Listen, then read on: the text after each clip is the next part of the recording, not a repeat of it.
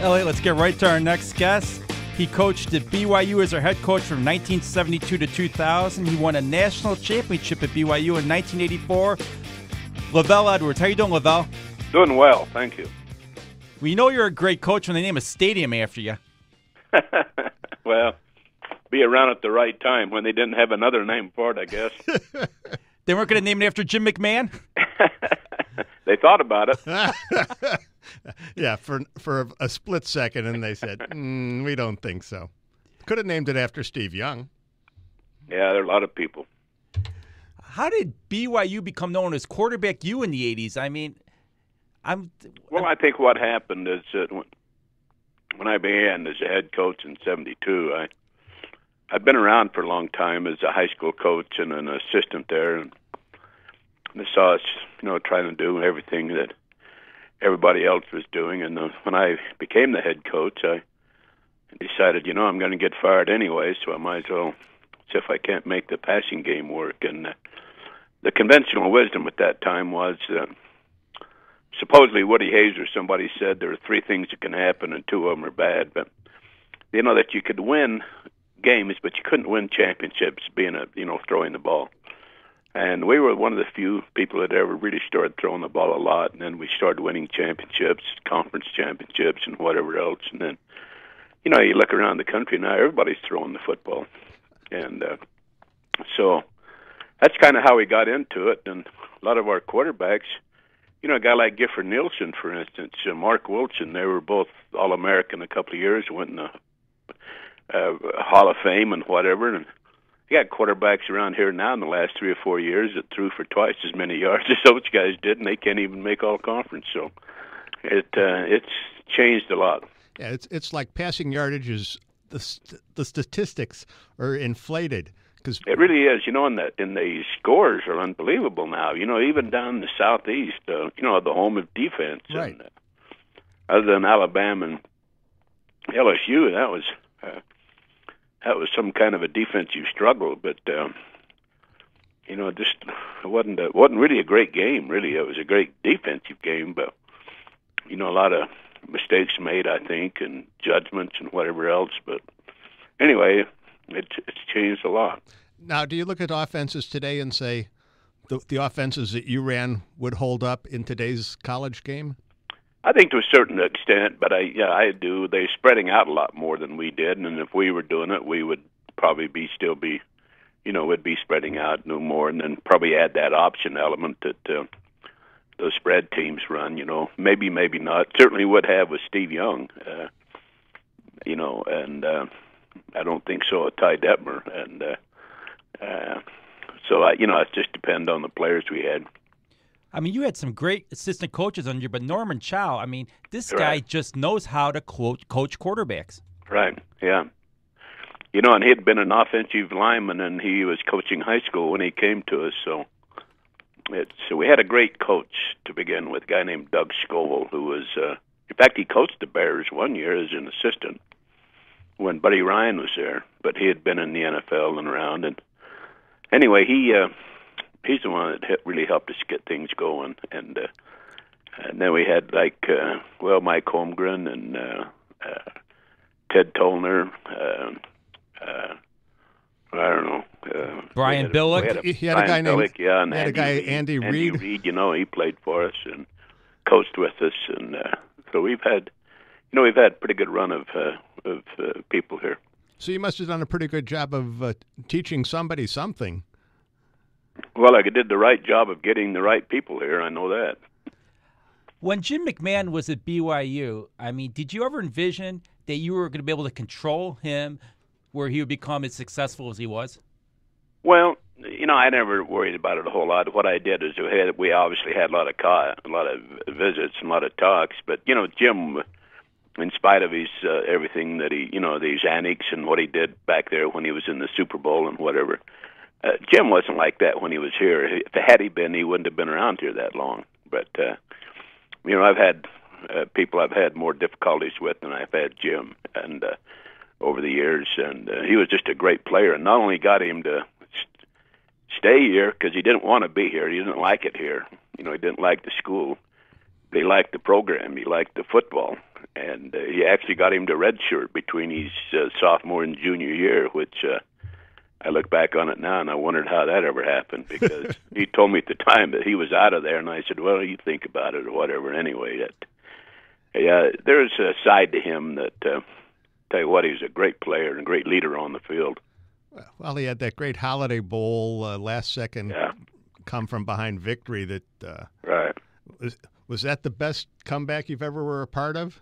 Oh yeah, they talk about the great pass of what's his name, the Doug kid Flutie. Yeah, all they did was just throw a pass, and the guy got behind him. And this pass of Jim's right down the middle of the end zone, and the kid went right up between three SMU guys and caught it, and it was just one of the great endings that I've ever seen. Yeah, 1980 Holiday Bowl, down 20 points. The only problem is that was on Mizzlou at the time, whatever that is. Yeah, it means you good if luck. If it had been on ESPN or something like that, they'd still been rerunning that one. Yeah, a little before the heyday ESPN of cable television and all that stuff. But right. yeah, that was about as good a comeback as anybody could have scripted. Would BYU have won a championship in today's bowl system? I mean, back in '84?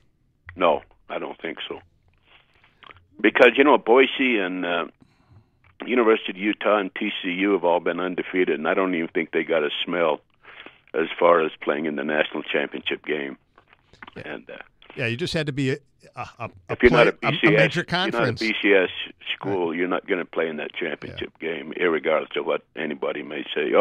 There might be, that could be a year when somebody like Boise or somebody like that goes undefeated, and then everybody else gets beat a couple of times. But I'll tell you what, if they had just been beaten once, they still would take one of those Southeast Conference teams, or somebody like Oklahoma or whatever, So. What do you make of these super conferences that are emerging?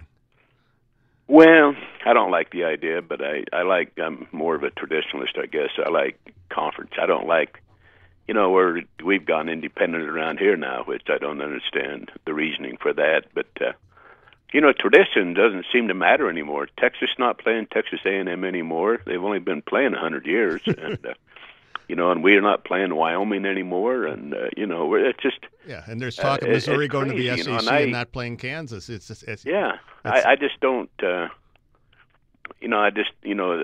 Tradition means nothing when it comes right down to it. Everybody's trying to position themselves now.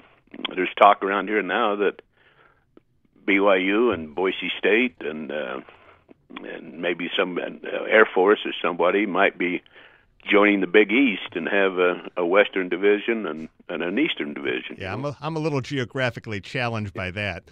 Yeah, that's. Do you think they need to have basically a playoff system? I don't know. I never have liked the playoff system. I still like bowl games. I like. It creates a lot of interest and a lot of people. Sometimes people get the shaft, and sometimes they don't on who's the best and who's not the best. And I don't know. All I know is that it's changing, and it wouldn't surprise me if we get to a so-called super conference or whatever. I don't think we've seen the end of realignment. How did you know when it was time to go?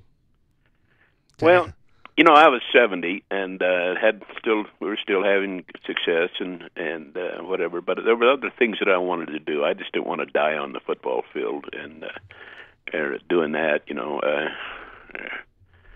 My wife and I went on a LDS church mission to New York City, and then we had other kinds of activities we wanted to do and have time to do them. And here, 10 years, 12 years later, or whatever it is, 11 years later, we're still doing them and having a good time. And I've never looked back with any regret about, getting out. I did miss the relationships with the players, but that's about all, really. Some people say that Joe Paterno should have got out 10, 12 years ago. What do you think about what's going on with him? Well, that's a real tragedy. I